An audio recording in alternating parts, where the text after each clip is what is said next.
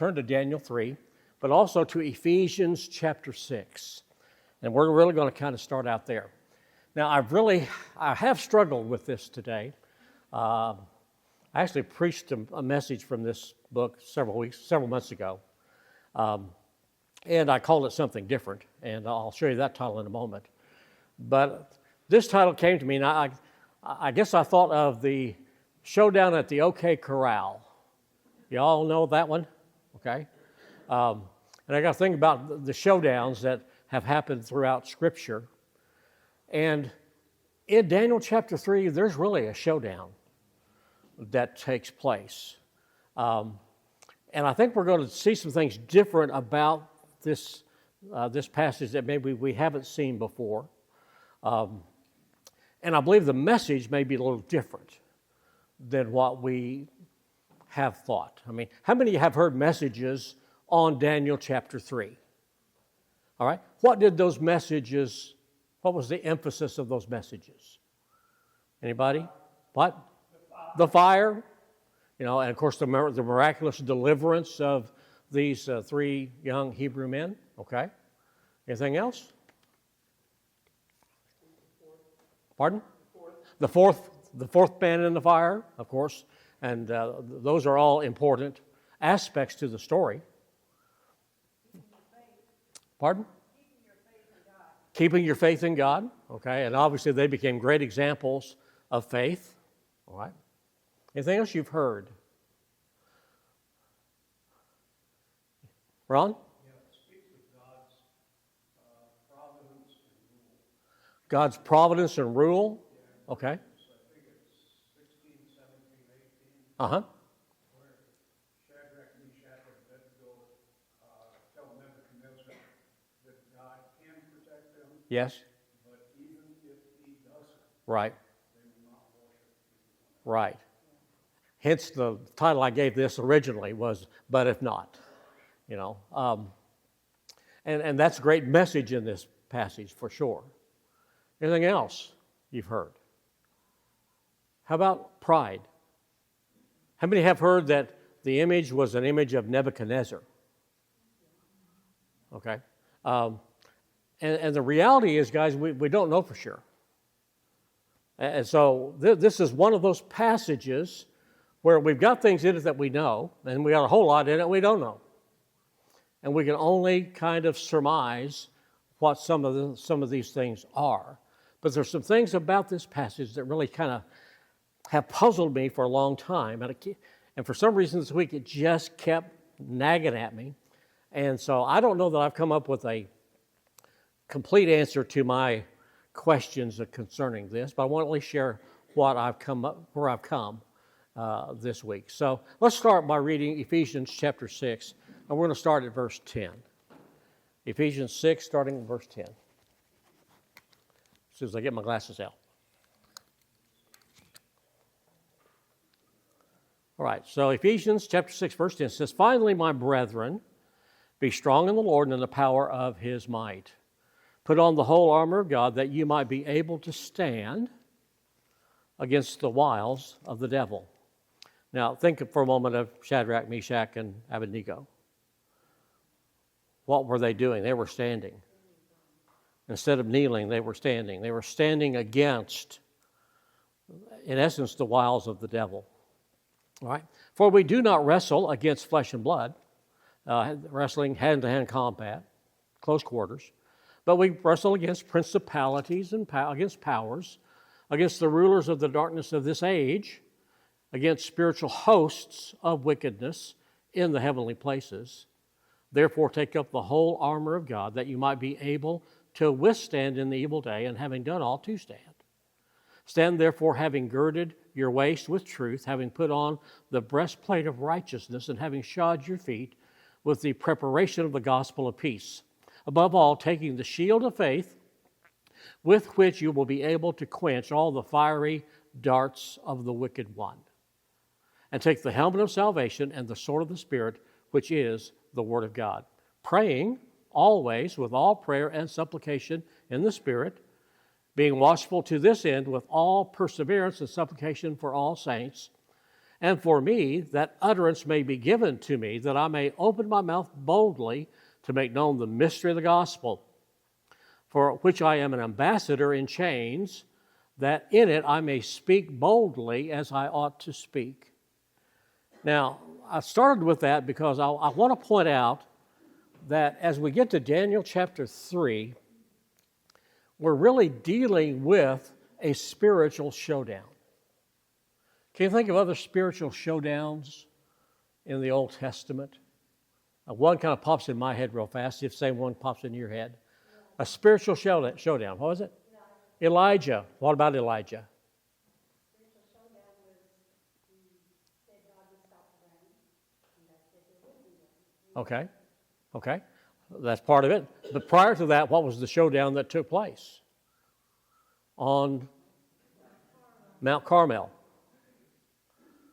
The showdown with the prophets of Baal, the 3,000 prophets of Baal, and what was the showdown? Which sacrifice is going to be received? You all put out your sacrifice, and you call upon your gods to take up this sacrifice.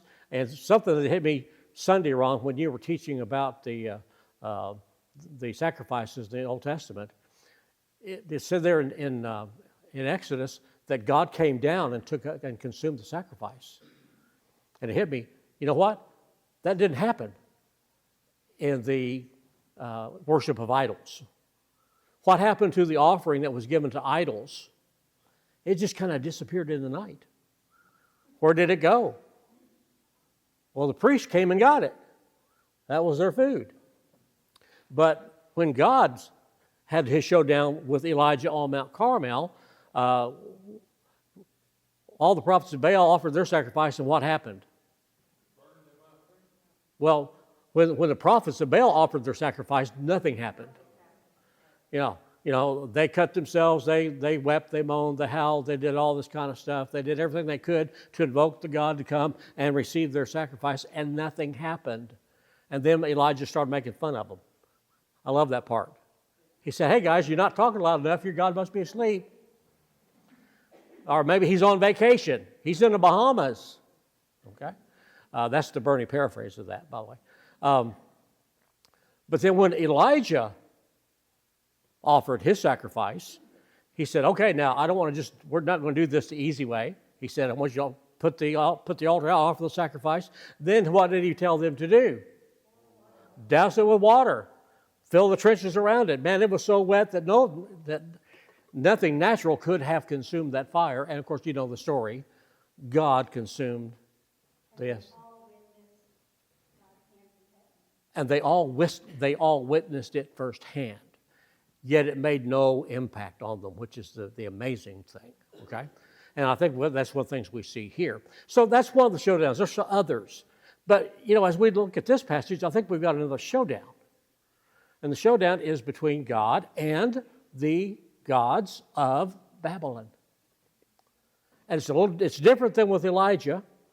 There's fire involved, but it's different.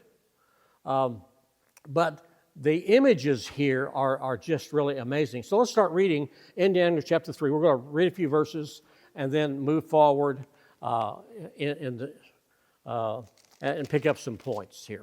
All right, so chapter 3, verse 1 says, Nebuchadnezzar, the king, made an image of gold. Now, does it tell us what this image of gold was? Where does it say it was of him? Well, yeah, and that's you're in good company, Andy. I've heard many sermons on this that makes that same correlation. And I can't say it wasn't of him. We honestly don't know, but it's not explicitly laid out for us that this was an image of Nebuchadnezzar. It could have been. I think one of the reasons we think it was an image, others think it relates back to chapter 2 and the image that Nebuchadnezzar saw in his dream. Okay? And I don't think so. And I'll explain why in a little while. We'll get there. All right? So he made an image whose height was 60 cubits. That's about 90 feet. And its width was 6 cubits. That's about 9 feet. And he set it up in the plain of Dura in the province of Babylon. So how tall was it? About 90 feet tall. But it's only about 9 feet at its base, 9 feet in diameter. That's not that big, especially for a statue that tall. All right? And so just kind of keep that in mind as we go. And Nebuchadnezzar sent word to gather together the satraps, the administrators, the governors, the counselors, the treasurers, and the officials, the judges and the magistrates, and all the officials of the provinces to come to the dedication of the image which King Nebuchadnezzar had set up. So the satraps and the administrators, the governors, the counselors, the treasurers, the judges, the magistrates. The repetition in this chapter is just amazing to me. You know, all of these things are repeated. These people they're named about 4 times, okay? And then, so again, verse 3, so the satraps, the administrators, the governors, the counselors, the treasurers, the judges, the magistrates, and all the officials of the provinces gathered together for the dedication of the image that King Nebuchadnezzar had set up. And they stood before the image that Nebuchadnezzar had set up. Then a herald cried aloud, "To you it is commanded, O peoples, nations, and languages, that at the time you hear the sound of the horn, that's a good one, the horn, the flute, the harp, the lyre, the psaltery, in symphony with all kinds of music, you will fall down and worship." So you might want to just underline real quickly, you'll fall down and worship the gold image that King Nebuchadnezzar had set up. All right.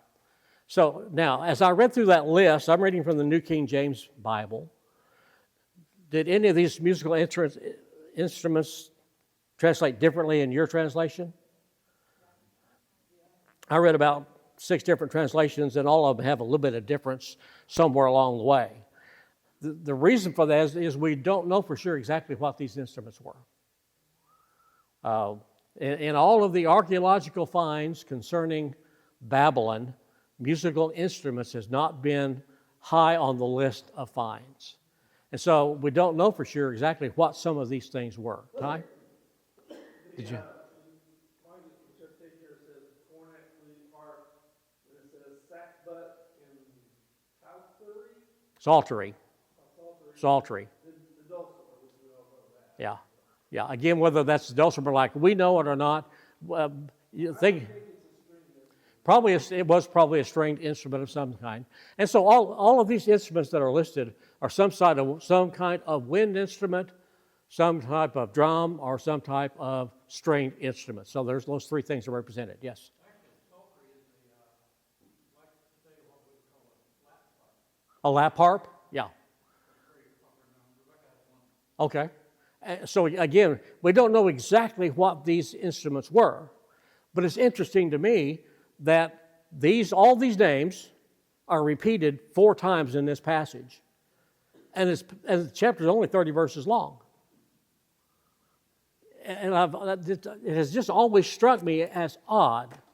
Why do we have that repetition there? Now, I know what many of the scholars say. They say, well, it was a Jewish means of getting a point across. Okay, maybe so. But, I think 2 would have done it. Giving credit where credit was due. Yeah, Daryl? And this was Babylon.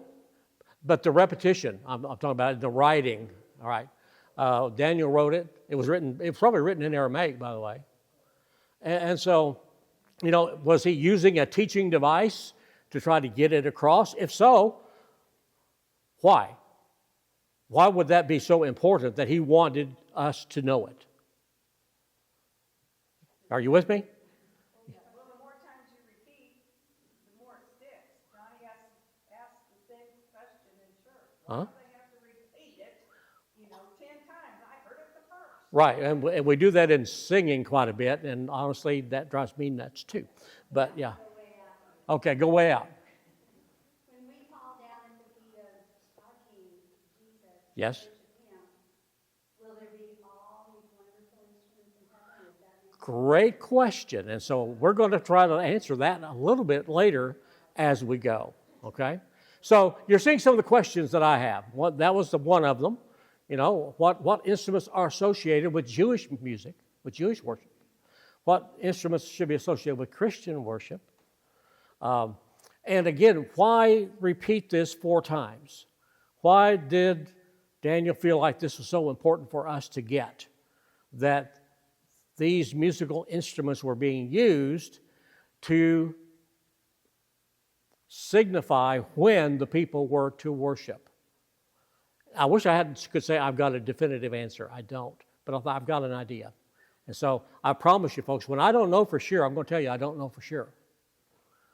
And in Daniel, there's going to be a lot of I don't know for sure's. And the book of Revelation, there's going to be a lot of I don't know for sure's. And anybody that says they know for sure some of this stuff, don't pay much attention to them because they really don't. Because some of you, we just can't know at this point. They might have just wanted to be so specific because it was just saying anytime you hear any music at all, you know, there's nothing that you're going to hear that you don't need to bow down and worship. Okay. That could be. And that's a good point, and that's something we need to think about, particularly as we apply some of this to our churches. Okay? All right. Well, let's proceed through some of this. Let me share a few things I've learned about this, and then we're going to kind of dig into this. All right. So I've got showed down the image. Now, the image on the screen is a place called Borsippa. This is in Iraq. It is south of the ruins of Baghdad, about 10 miles or so. And it is believed, in fact, it is called Borsippa, or it's called Beers Nimrod. Okay, does that sound familiar? Having been identified with Nimrod. It's an archaeological site in the Babil Governorate of Iraq. This is a ziggurat. You all know what a ziggurat is. Okay, and it's today one of the most vividly identifiable surviving ones, identified later in the Arabic culture with the Tower of Babel. Due to Nebuchadnezzar referring to it as the Tower of Borsippa or the Tongue Tower. That's what Borsippa means, the Tongue Tower, as stated in the stele recovered on site in the 19th century. However, modern scholarship concludes that the Babylonian builders of the ziggurat in reality erected it as a religious edifice in honor of the local god Nabu, called the son of Babylon's Marduk, as would be appropriate for Babylon's lesser sister city. So this site is the site that many believe now could have been the site of the original Tower of Babel. Okay? And we do know from archaeological finds that Nebuchadnezzar did some construction on this site as well as another. All right? Y'all with me so far? All right. I got a little bit ahead of myself, but you can chew on that just a little bit. So we know that the people involved in this passage are these 3 Jewish boys. We talked about their names last week. Of course, the Jewish names are Hananiah, which means under Yahweh's grace. Nebuchadnezzar changed his name to Shadrach, which means under Akuz, which was one of the gods of the Babylonian pantheon, under Akuz's command. And then Mishael, whose name means who is what God is, his name was changed to Meshach, which means who is what Aku is. And then Azariah, being servant of Yahweh, was changed to Abednego, who is servant of Nego, another of the pantheon of Babylonian gods. So these Jewish boys' names were changed to Babylonian names. They were given names that identified with the Babylonian gods in order to do what? Why did he do this? Make them Babylonian, to remove their Jewish identity. Is this the first time or the last time someone has tried to remove Jewish identity from the Jewish people? Obviously not. We've seen that happening throughout the centuries, from time and time again. Now, some key verses that we'll cover in this, chapter 3, verses 17 and 18. It says, the God we serve is able to save us from the furnace, and he will rescue us from your hand. But even if he does not, we will not serve your gods. Now, I want you to, in 17, go ahead and look at that. The response is what to King Nebuchadnezzar? We will not worship you, Nebuchadnezzar.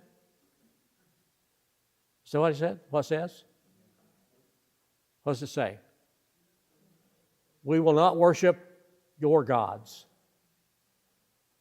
And we will not worship the image that you have erected. So there's something here that kind of broadens this from just an image of Nebuchadnezzar to something a little more, I think, comprehensive of exactly what's going on in Babylon at that time. All right? So we've got a spiritual warfare taking place. So the first thing we really need to ask ourselves is, what is the image? And it makes a pretty big deal about the image. It's mentioned a couple of times, but the image that we have pictured is a golden image, 9 feet at the base, or 9 feet around in diameter or across, and 90 feet tall. Was it an image of Nebuchadnezzar? Probably not. And I'm going to agree with you, Ty. I don't necessarily think it was. I think Nebuchadnezzar might well have been a part of that image, but I don't think he was the only part of it. And it was just like that thrived on the attention of his subjects. So I would think he'd make himself a center of the attention. Okay, say that again. He was a psychopathic individual that Right. thrived on the attention that he received from his subjects. Right. I would think he would make himself a center of attention just for that reason alone. And you're in good company with that. There's a lot of people who say that same thing. And we can't discount the possibility that it was of Nebuchadnezzar, or at least a part of it was of Nebuchadnezzar. Okay? The next question is, was it of Nebuchadnezzar alone, or did it include possibly all of the gods of Babylon? All right? So many folks want to teach that it was a reconstruction of the dream image of chapter 2, which we have of Nebuchadnezzar as the head, the gold and silver being the Medo-Persian Empire, the bronze abdomen and thighs being Greece, the legs of iron being the Roman Empire, and then, of course, the feet mixed with iron and clay being the revived Roman Empire, or that democratic type of government. And so some say that, the image was the image that he saw in chapter 2. But I don't think so. And here's why. Let's get a little bit of a timeline going as to exactly what is happening with Nebuchadnezzar and what's going on. And I think we're going to find something interesting here. First of all, we're talking about King Nebuchadnezzar. It is believed, and I've found at least 2 different sources that confirm this, that before Nebuchadnezzar became king, his father, Nabopolassar, had appointed him as the high priest of the temple of Inanna. And Inanna is simply Ishtar, the goddess, right? And he was high priest of that temple prior to his becoming king. Then we know that in 605 BC, he attacked Jerusalem. He took the first wave of hostages, and that included Daniel, Hananiah, Mishael, Azariah, and the others, and he took them to Babylon. And it was during that time that Nabopolassar died. And when he got back to Babylon, he was crowned as king of Babylon, and that was the year of his coronation. All right. Then in 603 BC, Nebuchadnezzar had his first dream. That's chapter 2. So it was right on the heels of the approval of Daniel and Shadrach, Meshach, and Abednego into the wise guys of Babylon. And so it's just right on the heels of that Nebuchadnezzar had his dream, and that's what we talked about in chapter 2 last week, all right? Then in 597 BC, Nebuchadnezzar returned to Jerusalem to sack Jerusalem, and he took 10,000 more captives back to Babylon, right? Then in 588 BC, this one was 597. Did I say 597 or 587? Okay, so that's 597. Then in 588 BC, Nebuchadnezzar goes back to Jerusalem. He completes the siege of Jerusalem. He destroys Jerusalem, destroys Solomon's temple, and takes all of the articles of the temple, the rest of the articles of the temple, back to Babylon with him. Okay? Then in 587 BC, Nebuchadnezzar sets up the image that we're studying tonight in the plain of Dura. So how many years transpired between his dream in 603 and the setting up of the image in 587? It's about 16 years. All right? So chapters 2 and chapter 3 do not happen back to back. A lot happens between 603 and 587. And so what was happening? What was taking place? What was Nebuchadnezzar doing? Well, he was capturing, of course. He was a warrior, but he was also a builder. And so we know that Nebuchadnezzar was building at this time as well. And so the question here is, what was he building? All right, so again, we go back to the image we saw at first. This is Borsippa in the plain of Dura. We know from something I'll show you in the next slide that Nebuchadnezzar had a reconstruction project going to rebuild the Tower of Babel. Where does it say that? Right there. Okay. Now, it doesn't say it in the Bible, but I put the picture up here, because this is a picture or an image of what's called a stele in archaeology.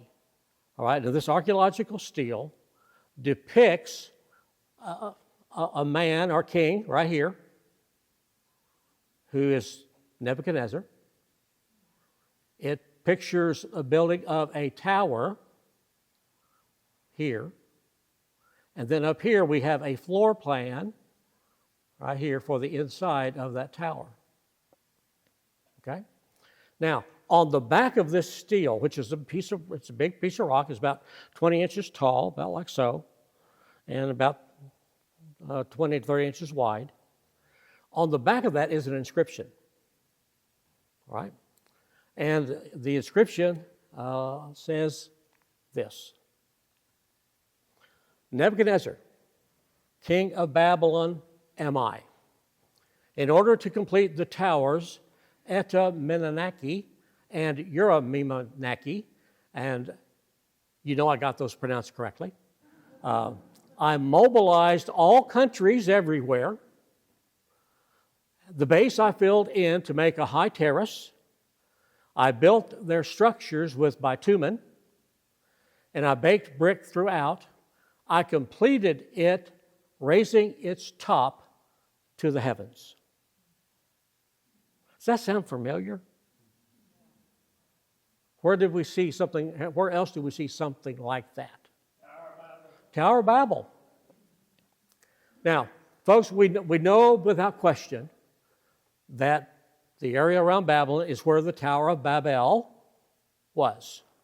There's no question about that. We know that it was built by Nimrod. And what was the purpose of the Tower of Babel? To reach into the heavens.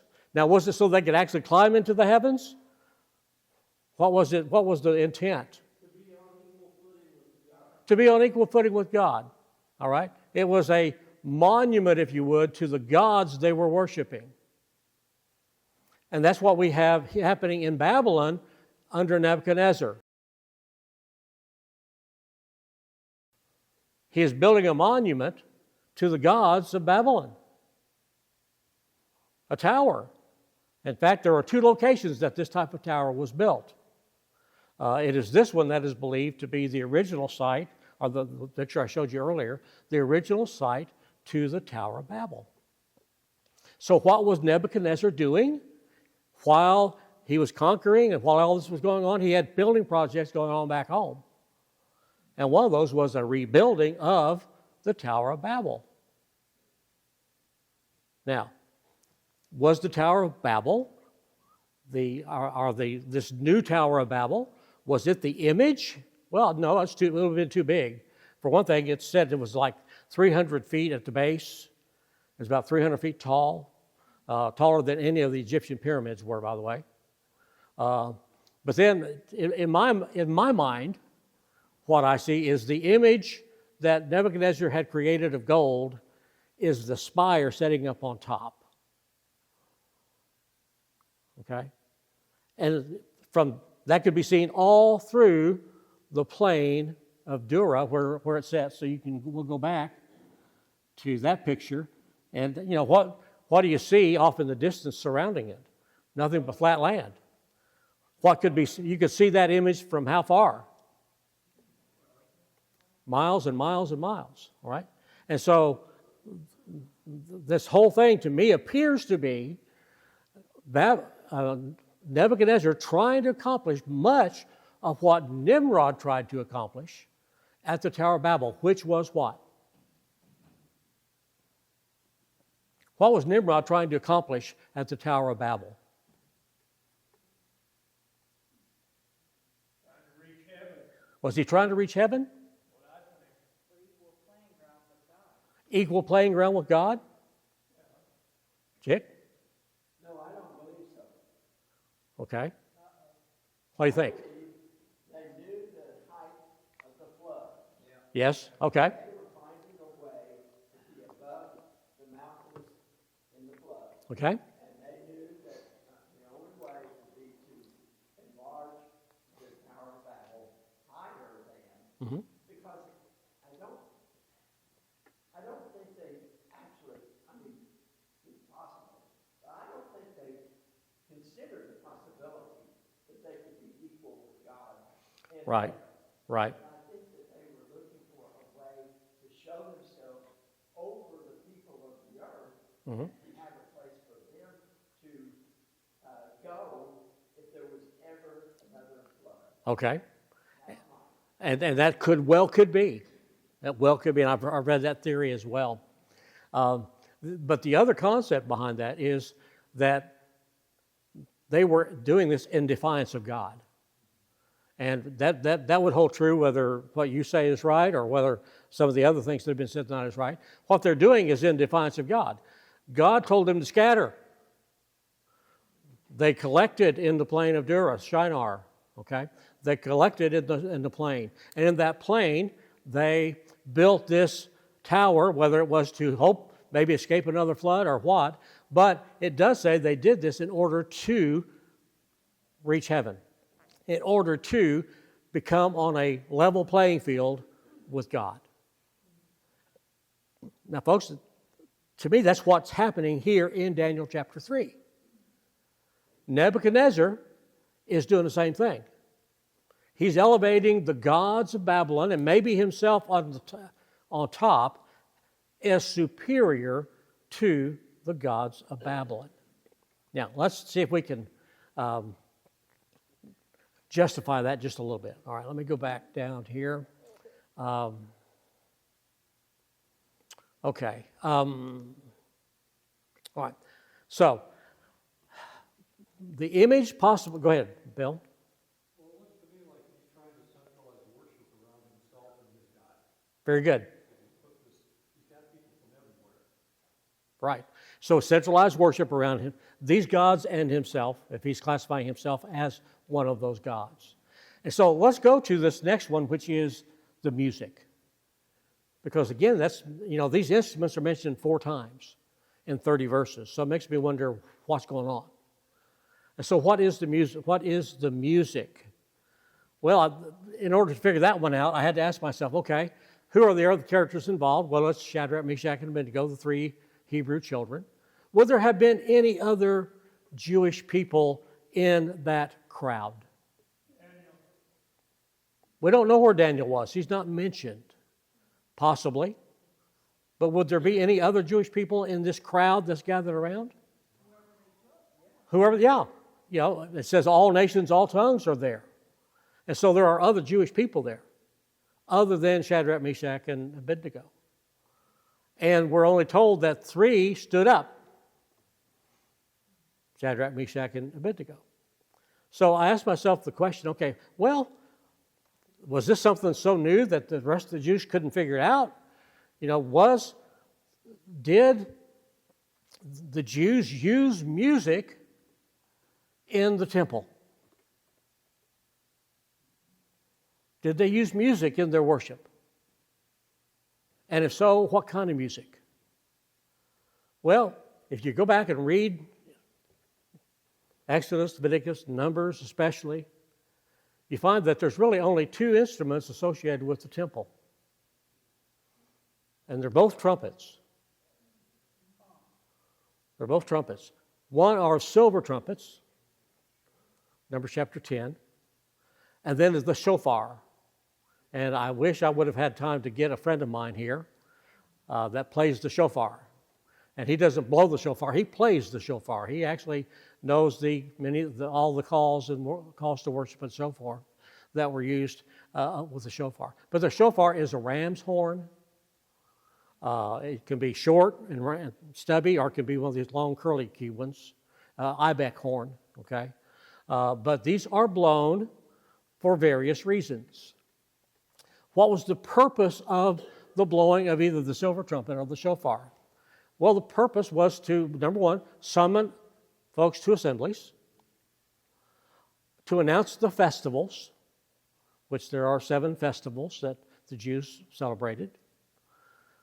It also signaled important events, and they were used as a means of remembrance and praise.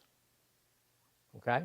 So summoning the assemblies, trumpets were used to call the congregation to the tabernacle or the temple for worship. And announcing the festivals, they signaled the start of a festival and the celebrations associated with it. In signaling important events, trumpets were also used to announce the beginning of battles, victories, or other significant events. And in remembrance and praise, the sound of the trumpet reminded people of God's covenant and called them to worship, praise, and thanksgiving. So there's the purpose of the trumpets, was summoning and so forth. Okay. Some examples. We're not going to turn to them, we don't have time, but I'll tell you what they are. You can look them up later. In Numbers chapter 10, we see that God instructs Moses to make silver trumpets to call for assemblies of the people. Also to use for journeying signals, in other words, when they started their journey, and also as a battle signal. In Joshua chapter 6, probably the most familiar, what do the priests blow when they're marching around Jericho? The trumpets, and it would have been the shofar, the ram's horns, okay? In 2 Chronicles chapter 5, verse 13, when Solomon dedicated the temple, 120 trumpeters made a huge noise of praise and worship. And then in Psalm 98, verse 6, the psalmist says, with trumpets and the sound of the ram's horn, shout for joy before the Lord the King. So what musical instruments were the Jews to respond to in worship? Just those trumpets. Now, are those trumpets listed in Daniel chapter 3? Not at all. Okay? And so we've got something different going on. And we've got a challenge, I think, being issued to some degree. This is certainly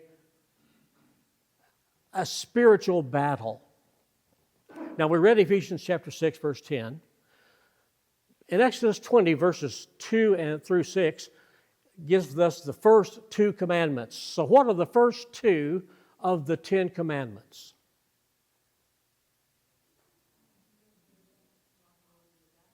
Was it? Close. Thou shalt have no other gods before me. Okay, that's the one, first one. What was the second one? Don't make any graven image. Or, well, in fact, I'm going to read it here real quickly. Verse 2, it says, I am the Lord your God who brought you out of Egypt, out of the land of slavery. Verse 3, you shall have no other gods before me. That was the first commandment. Second commandment, you shall not make for yourself an image in the form of anything in heaven above or on earth beneath or in the waters below. You shall not bow down to them or worship them. For I, the Lord your God, am a jealous God, punishing the children for the sin of the parents to the third and fourth generation of those who hate me, but showing love to 1,000 generations of those who love me and keep my commandments. So what were they to do concerning making of idols? Making an image. They weren't to make an image, and they weren't to bow down to an image. They weren't to worship an image. All right? And so what is Nebuchadnezzar commanding the 3 Hebrew children, as well as every Jew in that crowd, to do? Bow down. Worship this idol that God explicitly told them not to do. All right. Now, let's look at Daniel chapter 3, and let's look at verse 12, at these verses I have listed. Let's look at verse 12. It says, there are certain Jews, of course they're being accused by the Chaldeans, by the wise guys of the day, because these 3 men did not bow down. It says, there are certain Jews whom you have set over the affairs of the province of Babylon, Shadrach, Meshach, and Abednego. These men, O king, have not paid due regard to you. They do not serve your gods or worship the gold image which you've set up. So what did the Chaldeans, what did they accuse Shadrach, Meshach, and Abednego of not doing? What? They didn't obey the king. They did not bow down. They did not worship the gods that Nebuchadnezzar was commanding them to worship. All right, look at verse 14. Actually, we're going to read 14 and 15. It says, Nebuchadnezzar spoke, saying to them, is it true, Shadrach, Meshach, and Abednego, that you do not serve my gods or worship the gold image which I have set up? Verse 15, now if you are ready, at the time you hear the sound of the horn, the flute, harp, lyre, there's got that repetition again, psaltery and symphony with all kinds of music, you fall down and worship the image which I have made, good. But if you do not worship, you will be cast immediately into the midst of a burning fiery furnace. Now underline or highlight this next phrase. And who is the God who will deliver you from my hands? Who is the God who will deliver you from my hands? Now, before we read a little further on, let me ask you a question. Up to this point, what has Nebuchadnezzar seen God do? Interpret a dream. Anything else? Told him what the dream was. Told him what the dream was. Of course, that was Daniel. And how much time has passed from the time of the dream till this command of him to bow down and worship the image? About 17 years. 16, 17 years. Okay? All right. What else has Nebuchadnezzar seen God do? It's a small thing, but Daniel and the other 2 refused to eat the wine and the food. And whether Nebuchadnezzar really was privy to that, we really don't know. We all, yeah. As if Nebuchadnezzar really understood that. We know the Aspenaz and the head of the eunuchs, they're the ones that were really in on that part. How about before they got to Babylon? What did Nebuchadnezzar see God do in regard to the Jews in Jerusalem?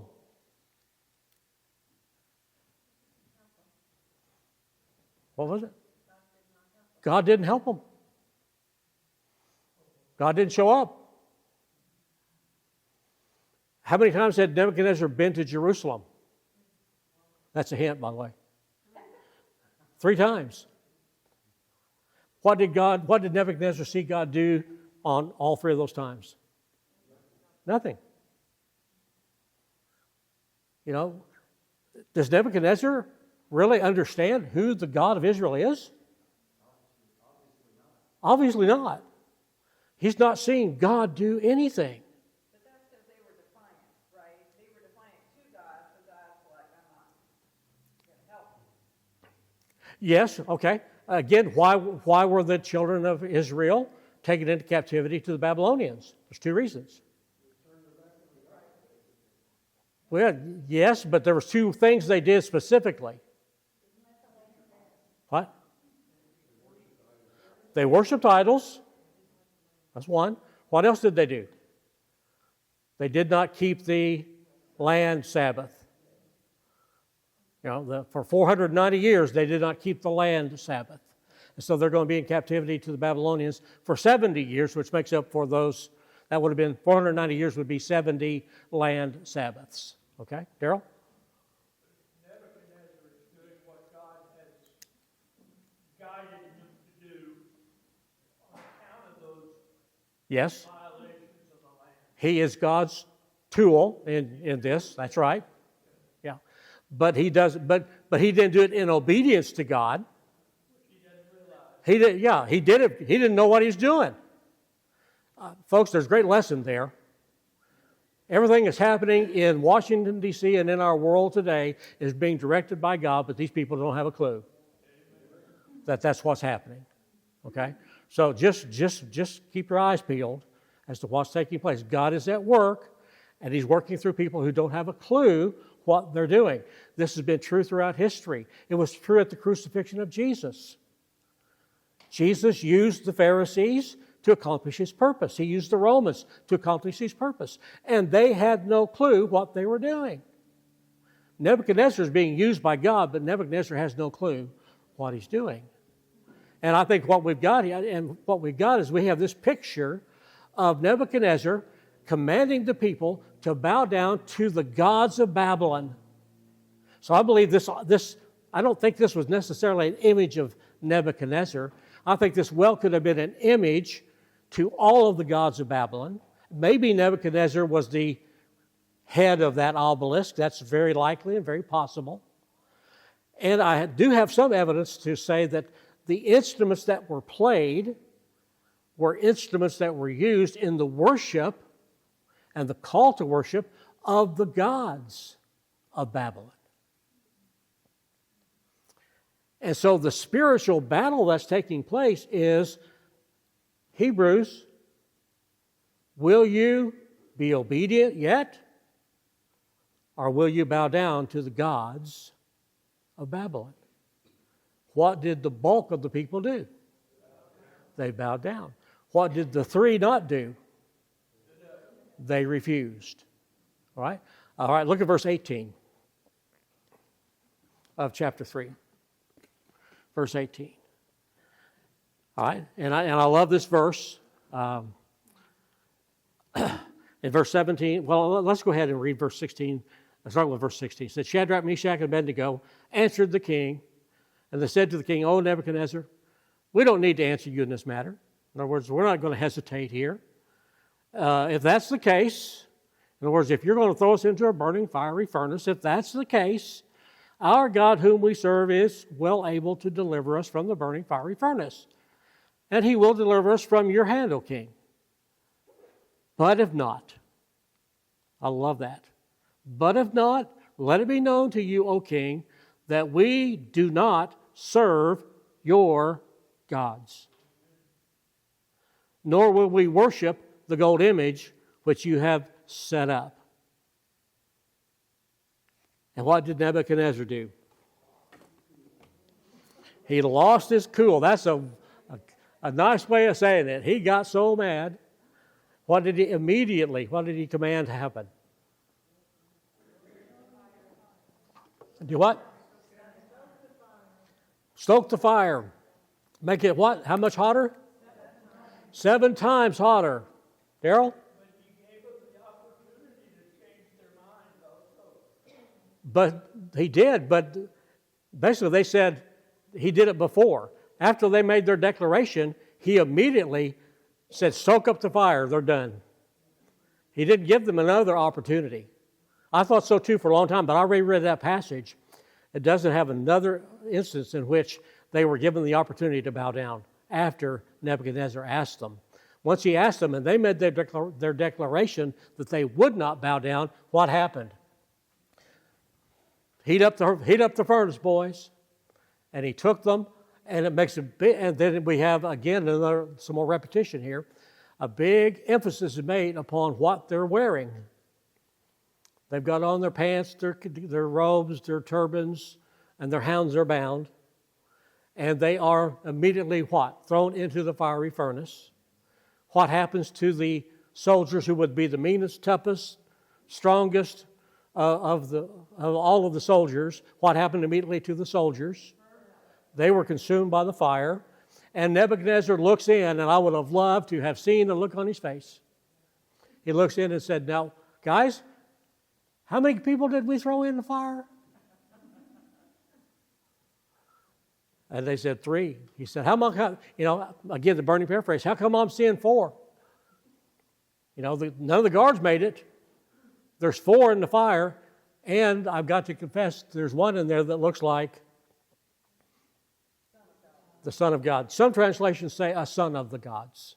I don't like that translation. I really think he was beginning to realize that something very unique is happening here.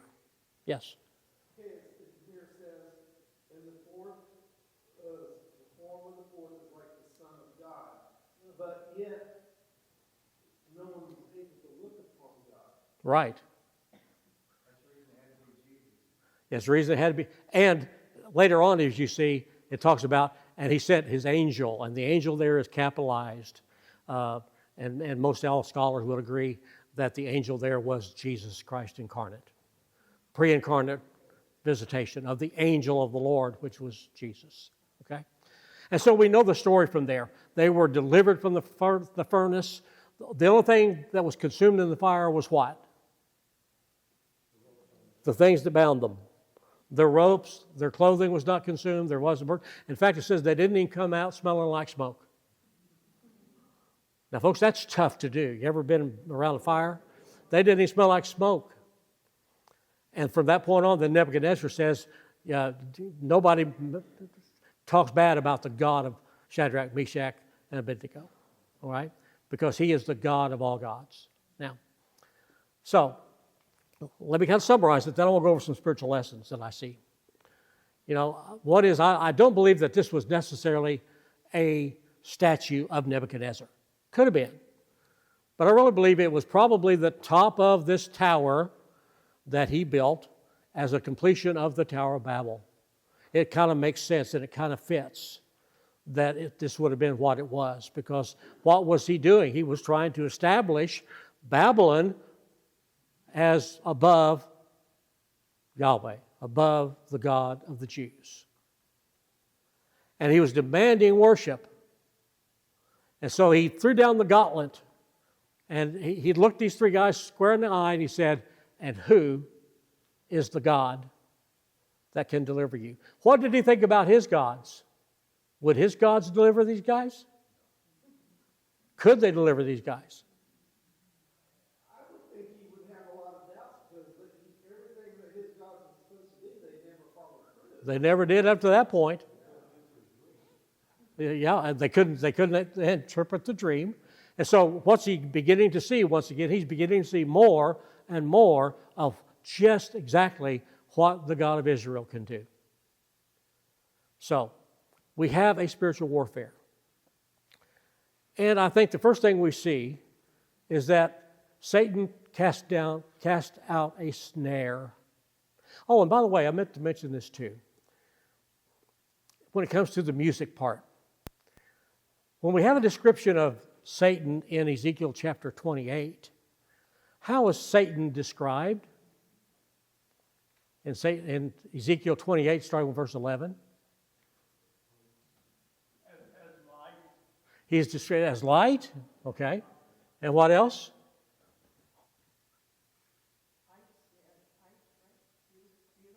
Okay, he's beautiful. He's adorned with precious gems and jewels. And in the King James and the New King James, it talks about his timbrels and his pipes are finely tuned. Okay? Now, I've noticed in the newer translations, it removes those timbrels and pipes and replaces it with, what is the term? Sockets. It was, the new translators get the idea that it's describing the sockets that the jewels are mounted in that adorns Satan. But the King James defines them as timbrels and pipes. And everywhere else in Scripture that we see timbrels and pipes described, they are described as musical instruments. And so I don't know why we would have that change in Ezekiel when we see that throughout. So music is associated with Satan. Where did music originate? Go back to Genesis. On earth. Where did music originate on earth? A fellow by the name of Jubal. Jubal Cain. He was the son of Cain, and he was the inventor of the timbrel and the pipes. Okay? And so, again, we've got, and here I'm going to be, I don't want to get to meddling, so I'm going to be careful. But folks, I think we need to realize that music can be a great medium for worship and praise, but it can also be a medium through which we can be deceived and led astray. We've got to be careful with the music we use in worship and praise. And we need to be careful with the music we listen to on a regular basis. Because, folks, secular music, have you watched the Grammys lately? I know. What do we got? I mean, look at Taylor Swift and some of these others. What is being glorified? It's not Jesus, that's for sure. What? Sexual immorality. What's? Pardon? Themselves. And this is kind of the same idea we have behind the music that sounds here in Daniel chapter 3. Okay, just saying. All right. So, we have a snare that Satan throws out. These three young men were tempted to pervert their faith. Why? Because, they were given a command not to serve any other god. They were commanded to not bow down before an idol. And for them to bow down would have been a perversion of their faith. They were also tempted to just compromise their faith. Well, it'd be okay. You don't really believe in these idols. Go ahead and bow down. And they were tempted to conceal their faith. How many folks went ahead and bowed down? It's kind of like the little boy I heard about. James Dobson tells the story of the little boy that was being punished for disobeying his mother. And she told him to go sit down in the corner. And so he's sitting down in the chair in the corner, and his mother hears him mumbling, "Well, I may be sitting down on the outside, but I'm standing up on the inside." Well, how many folks bow down to the gods of this world, concealing their faith, being secret Christians, if you would, instead of standing for what they believe? But the three of them, from the day he was captured in Jerusalem, had not changed. Exactly. There until the very end. Exactly. And it's amazing, we've only got the story of these three and Daniel. The rest seem to have kind of fallen in line with the gods of the Babylonians. All right? Next it says that they stood, verses 16 through 18. We're going to stand. Now, in Ephesians chapter 6, we have the admonition, we must stand against the wiles of the devil. And so, 4 elements of our faith that are required if we're going to be able to stand against the wiles of the devil. It requires a full commitment. We can't be just a half-hearted believer. Folks, in our society today, we are challenged to compromise our faith almost on a daily basis. We were challenged at the ballot box this last November to compromise our faith. And it was not an easy choice. Well, it was an easy choice, but the alternative, how many folks really liked Trump, when you really think about it, and like his personality? Not too many when it came right down to it. But what was the alternative? It was either bow down before the God of this world or to stand on a solid, firm, and foundation that is anti-abortion, that is anti-lesbian, gay, transgender, that is anti-everything the Bible says we shouldn't be doing. Okay? And so that requires a full commitment on our part. Next, we had to have full confidence. What did these 3 guys say? Hey, we believe God can deliver us. We believe He will deliver us, but it just may not be quite the way we're thinking. Folks, if God had let them be consumed with the fire, would they have been delivered? Just not the way we think. Okay? They had to have a full resolution. Folks, when Nebuchadnezzar saw these three men, and they made clear their stand, he didn't give them another chance. They were resolved that they would not bow down. All right? And full knowledge. They had to know in full that God was able to do what He declared, but if not, they were still going to serve Him. All right? And so the rescue, God did deliver them. But what if He didn't?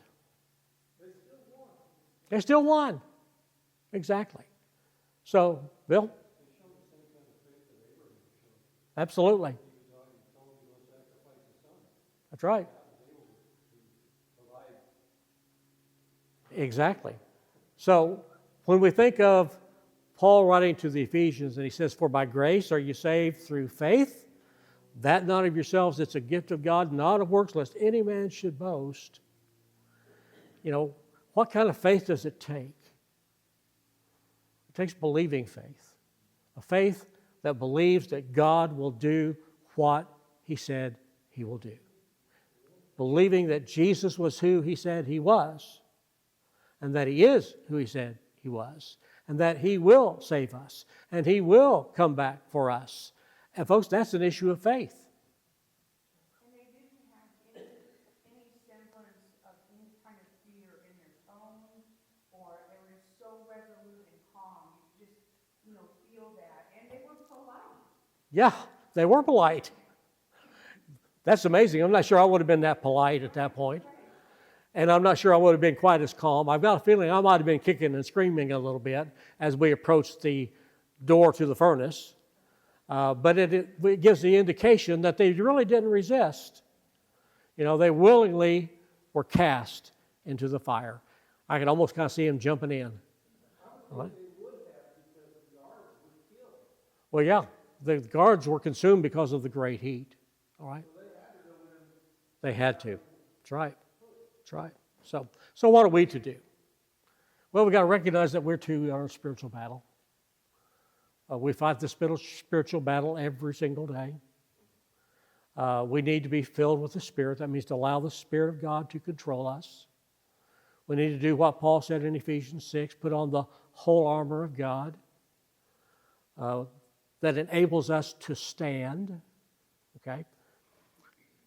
And then we need to keep open communication with God. We need to be praying. We need to be communicating. We need to be studying His Word. This is what God intends for us to do. I'm reminded of the words of the old gospel song, "Trust and obey, for there's no other way to be happy in Jesus, but to trust and obey. And we can only do these things if we've trusted in Jesus. He's the only way. So Daniel chapter 3, to me, is more than a good story. It's more than just these 3 Hebrew men being delivered from a fiery furnace. It's 3 men facing a spiritual battle, facing a very powerful man face on,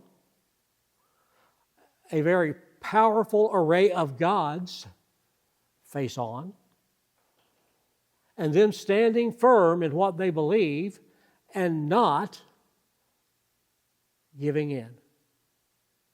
And so the lesson for me is, you know what, folks? God's worthy of our trust,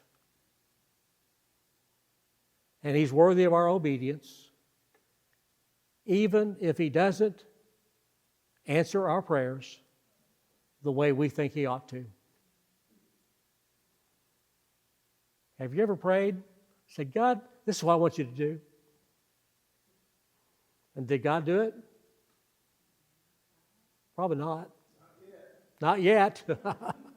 You know, we tend to kind of dictate to God, God, this is, but it'd just be so good if you would just do this.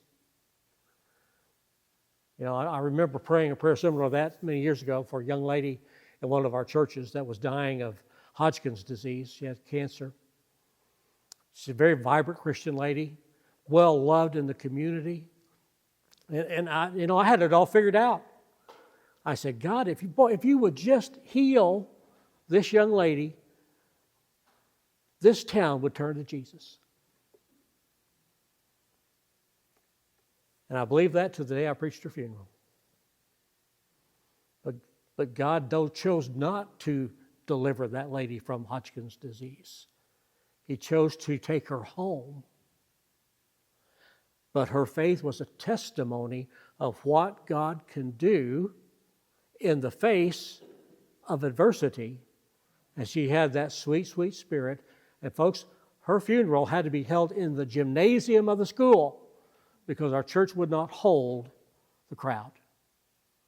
And I promise you, a great number of people heard the gospel that day. And they saw the gospel in her life. So, folks, God is worthy of our worship and our praise, whether He does what we want Him to or not. In fact, it's probably a better thing if He doesn't do what we want Him to. Amen? All right. Questions or comments? This chair's getting hard. All right, let's pray. Father, thank you so much for the day. Thank you for your word that just is so rich and so deep. And Lord, I know even tonight we just scratched the surface. So I pray that as we dig deeper, as we challenge maybe some of the things that were said tonight, as we think through this, maybe we agree or disagree. But Lord, we know that you'll use this to help us gain a better understanding of who you are, what you're about, and what you're doing, and how you were working then in the nation of Israel, how you're working now in the nation of Israel, and how you're working now in us as we prepare for your coming. So we want to just praise you in Jesus' name. Amen.